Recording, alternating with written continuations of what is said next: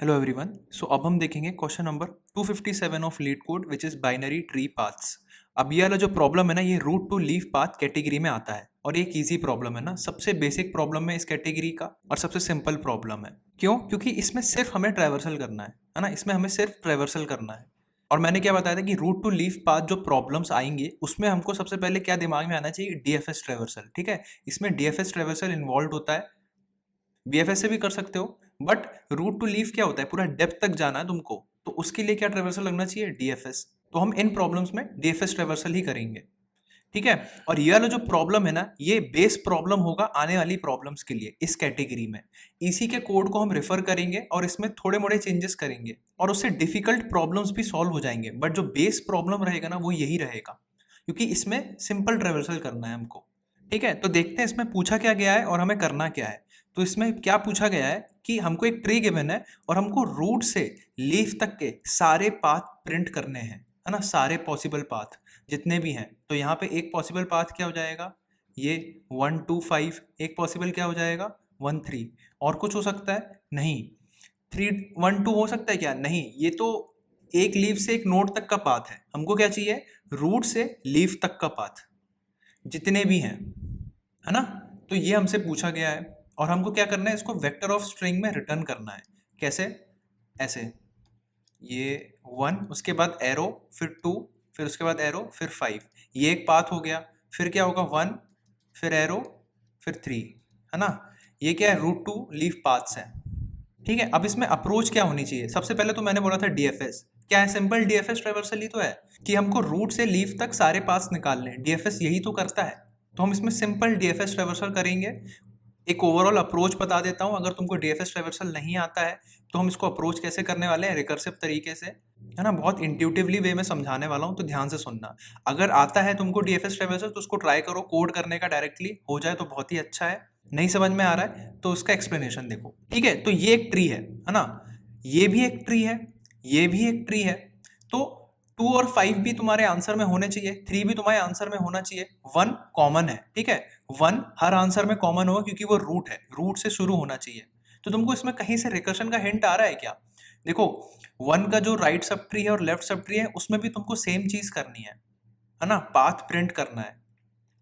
तो ये वाला जो पार्ट है, ये वाला जो पार्ट है, ये तुम रिकर्शन से करवा लो, है ना। जो बचा हुआ पार्ट है, देखो 1 तो होना ही है आंसर में, है ना। 1 वाला पार्ट तुम कर लो और बचा हुआ पार्ट रिकर्शन से करवा लो। मतलब तुमने बोला देखो जितने भी पाथ होंगे उसमें 1 तो होना ही है, तो वो वाला 1 मैं कंट्रीब्यूट कर दूंगा, है ना, वो आंसर में मैं लिख दूंगा। लेकिन जो बचे हुए पाथ है, लेकिन जो बचा हुआ पाथ है वो रिकर्शन को हैंडल करना पड़ेगा। ठीक है, रिकर्शन को मैं बोलूंगा भाई तू मेरे को प्रिंट करके दे दे, मैं बस तुमको 1 दे रहा हूँ, है ना, अपना कंट्रीब्यूशन दे रहा हूँ। तो मैं क्या करूंगा, लेफ्ट सब ट्री को भी यही काम दूंगा, राइट सब ट्री को भी यही काम दूंगा।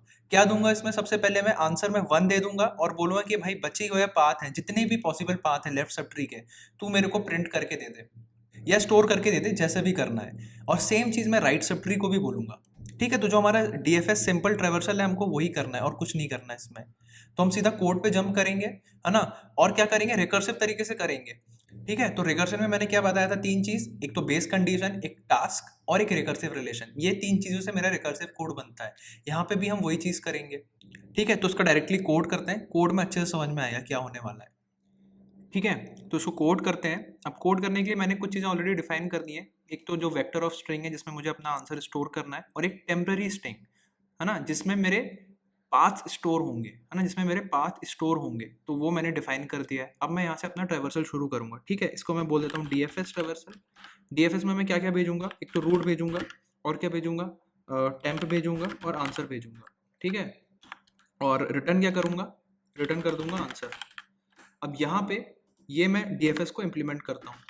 ठीक है, ये हो जाएगा वॉइड डीएफएस, और क्या क्या होना चाहिए इसमें, ट्री नोड ऑफ रूट, और क्या होना चाहिए, स्ट्रिंग टेम्प, और क्या होना चाहिए, वेक्टर ऑफ स्ट्रिंग जो कि है आंसर। ठीक है, अब यहाँ पे देखो, इस टेम्प को मैं बाय वैल्यू पास करूंगा और इस आंसर को मैं बाय रेफरेंस पास करूंगा। ऐसा क्यों कर रहा हूं, क्योंकि देखो, क्योंकि आंसर है ना, मैं चाहता हूं मॉडिफाई हो हर रिकर्सिव कॉल में, टेम्प नहीं चाहता मैं मॉडिफाई हो ओवरऑल। है ना। अगर तुमने बैक ट्रैकिंग और रिकर्शन अच्छे से समझा है तो ये चीज़ तुमको अच्छे से समझ में आएगी कि जो टेम्प है तुम्हारा, जो भी टेम्प है, तुम इसको बाय वैल्यू क्यों पास कर रहे हो, क्योंकि तुम इसको लोकली यूज करोगे।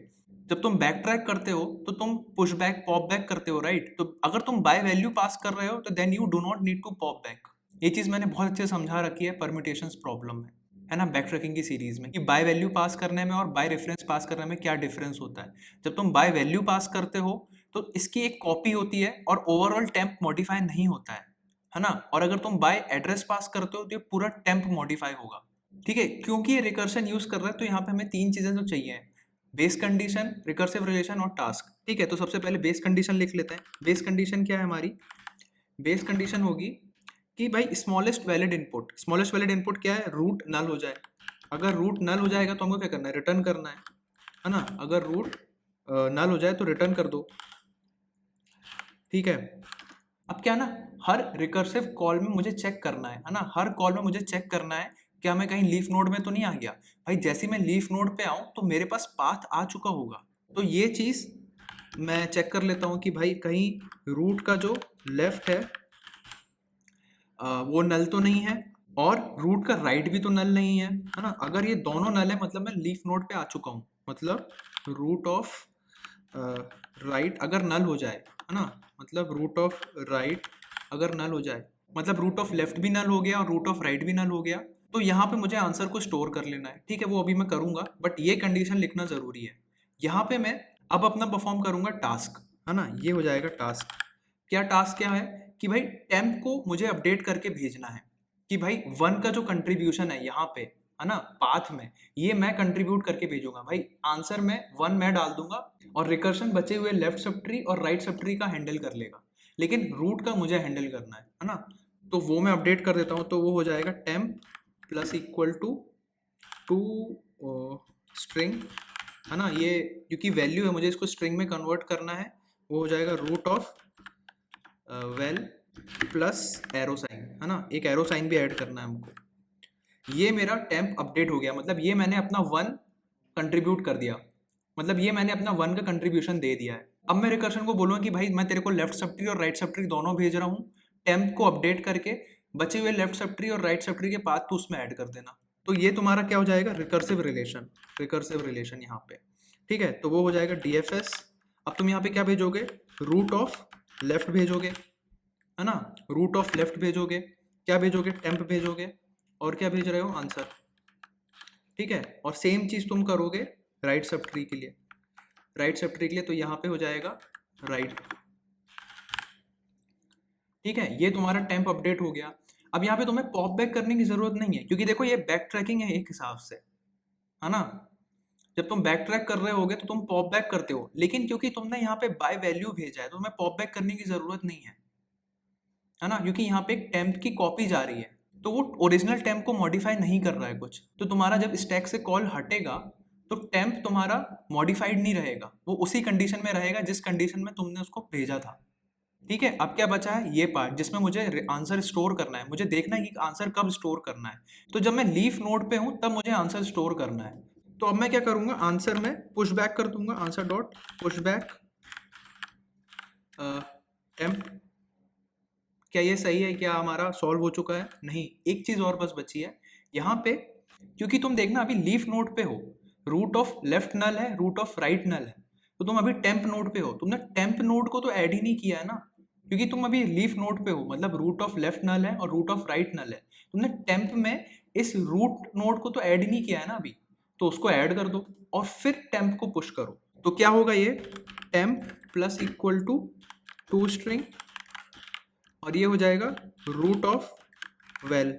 और तुम जब फाइनल एलिमेंट ऐड कर रहे होगे पाथ का, तब एरो ऐड नहीं करना है ना, तो यहाँ पे एरो नहीं आएगा। तो उस हिसाब से क्या हो जाएगा तुम्हारा? ऐड 1 2 5 हो जाएगा और वो आंसर में चला जाएगा, ठीक है। तो उसको रन करके देखते हैं, ये देखो हो गया। अब क्योंकि तुम यहाँ पे बाय वैल्यू भेज रहे हो इसलिए यहाँ पे तुम्हें पॉप बैक करने की जरूरत नहीं है, लेकिन अब तुम यहाँ पे अगर बाय एड्रेस भेजोगे तो तुम्हें यहाँ पे पॉप बैक करने की जरूरत है।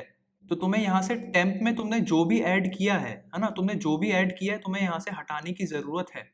ये हटाने की जरूरत क्यों है? ये मैंने बैक ट्रैकिंग में बहुत अच्छे से समझाया है। तो इसको सबमिट करके देखते हैं, ठीक है ना। अगर तुमको ये पॉप बैक वाली लाइन समझ में नहीं आई है तो मैं इसका ड्राई रन करने वाला हूँ। अगर तुमको समझ में आ गई है तो ये चीज़ देखने की ज़रूरत नहीं है, क्वेश्चन यहाँ पे खत्म हो चुका है, तुम नेक्स्ट क्वेश्चन में जंप कर सकते हो। लेकिन अगर तुमको समझ में नहीं आया तो ये एक बार ड्राई रन देख लो, ठीक है? ठीक है, तो ड्राई रन देखते हैं। शुरुआत करेंगे हम एम्प्टी टेम्प स्ट्रिंग से, है ना? ये हमारा क्या है, रूट। अब यहाँ से मैं शुरू करूंगा और भेजूंगा 1 एरो के साथ, है ना? 1 एरो के साथ अपने लेफ्ट सब ट्री और राइट सब ट्री को, कि भाई 1 तो मैंने ऐड कर दिया है, बाकी चीज रिकर्शन लेफ्ट सब ट्री और राइट सब ट्री से जनरेट कर लेगा पाथ। ये मेरा एम था। अब सेम चीज 2 भी करेगा, है ना? सेम चीज 2 भी करेगा। तो 2 क्या करेगा, भेजेगा 1 फिर एरो फिर 2 एक एरो के साथ, है ना? वो आएगा यहाँ पे, ठीक है? अब क्योंकि एक लीफ नोड है, क्योंकि एक लीफ नोड है, तो मैं आंसर में, है ना, आंसर में 1 2 4 स्टोर कर लूंगा, है ना? 1 2 4 स्टोर कर लूंगा, ये लीफ नोड का भी कंट्रीब्यूशन लेके स्टोर कर लूंगा और जाऊंगा लेफ्ट सब ट्री और राइट सब ट्री पे। बट क्योंकि ये नल है ना, क्योंकि ये नल है, तो मैं यहाँ से रिटर्न कर जाऊंगा, है ना? क्योंकि यहाँ से अब कोई पाथ जनरेट नहीं हो सकते।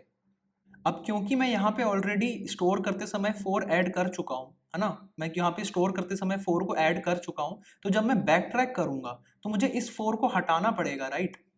अगर मैं बाय एड्रेस भेज रहा हूँ तो ये ओरिजिनल टेम्प पे चेंज हो चुका है, लेकिन अगर मैं बाय वैल्यू भेज रहा हूँ तो जब मैं बैक ट्रैक करूंगा तो मैं इस कंडीशन में वापस आ जाऊंगा, है ना? तो मैं इस कंडीशन में वापस आ जाऊंगा जिससे मैं इसको भेज सकूं 1 विथ 2, है ना? जिससे मैं भेज सकूं 1 विथ 2 एरो के साथ, और सेम चीज 5 के साथ हो।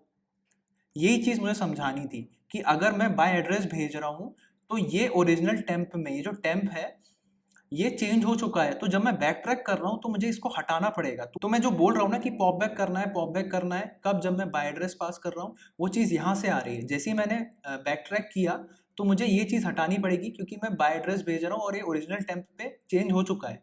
लेकिन अगर बाय वैल्यू भेजा है तो इस रिकर्सिव कॉल में ये वैल्यू सस्टेन रहेगी, ये ओरिजिनल वैल्यू चेंज होगी ही नहीं टेम्प की। तो तुम्हें कुछ पॉप बैक करने की जरूरत नहीं है, जिससे तुम नेक्स्ट कॉल पे, है ना, जो राइट सब ट्री है उसमें ये स्टेट भेज सको वापस, है ना? 1 विथ 2, 1 विथ 2 विथ 4 यहाँ पे नहीं आएगा अगर तुम बाय वैल्यू भेज रहे हो, ठीक है? तो यहाँ पे कोई पॉप बैक करने की जरूरत नहीं है, बस यही समझाना था। बाकी और कुछ नया है नहीं इसमें। ये 2 चीज़ें बहुत इंपॉर्टेंट है, ध्यान रखना। कभी कभार बहुत बड़ा ब्लंडर हो जाता है कोड में, है ना? ये छोटी छोटी चीज़ें मिस करके कि बाय वैल्यू भेज दिया, बाय एड्रेस भेज दिया और आंसर ही नहीं आ रहा है, तो ये चीज़ का बहुत ध्यान रखना। आने वाले प्रॉब्लम्स में भी हम इन चीज़ों का बहुत ध्यान रखेंगे, और ये बाय एड्रेस और ये बाय वैल्यू वाली चीज़ मैं हर प्रॉब्लम में डिस्कस करूंगा, जिससे तुम्हारे दिमाग में बैठ जाए, क्योंकि बहुत फंडामेंटल चीज़ है ये, है ना? बहुत लोग गलती करते हैं इसमें। ये चीज़ तुम्हारी क्लियर हो गई, तुम्हारे डिबगिंग बहुत ईजिली हो जाएगी, ठीक है? तो नेक्स्ट वीडियो में मिलते हैं।